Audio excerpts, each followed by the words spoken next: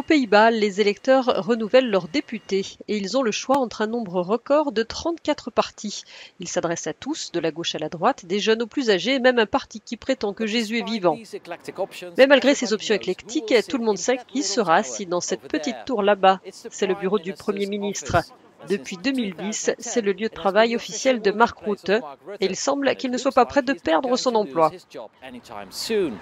Je pense qu'en général, les gens sont satisfaits de la façon dont la crise du Covid-19 est gérée.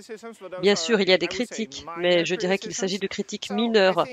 Je pense que les gens estiment que Mark Rutte est un bon gestionnaire de crise. Ils veulent qu'il reste jusqu'à la fin de cette crise et puis après on verra ce qui se passera. Une petite minorité s'oppose aux mesures de restriction du gouvernement. Souvent, des protestations ont fini en émeute. Pourtant, la plupart des Néerlandais soutiennent la lutte contre la pandémie et cherchent la stabilité en ces temps incertains. Le numéro 2 dans les sondages est Geert Wilders. Le leader de droite est député depuis 1998, mais n'a jamais fait partie d'un gouvernement. Le programme de Geert Wilders est discriminatoire à l'égard des musulmans et des personnes possédant un second passeport.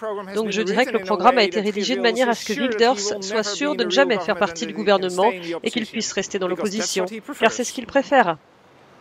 Si Geert Wilders n'est pas au gouvernement, qui seront les partenaires de coalition de Mark Rutte? Beaucoup de gens s'attendent à ce que le gouvernement à venir reste en place pendant un an et demi, jusqu'à ce que la crise se termine. Quand la crise sera finie, alors nous aurons de véritables élections. Donc probablement nous serons à nouveau là dans un an ou deux.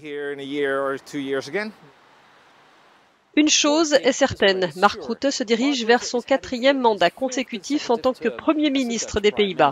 Ce qui est moins sûr, en revanche, c'est de savoir combien de temps il restera en place une fois la crise du coronavirus passée.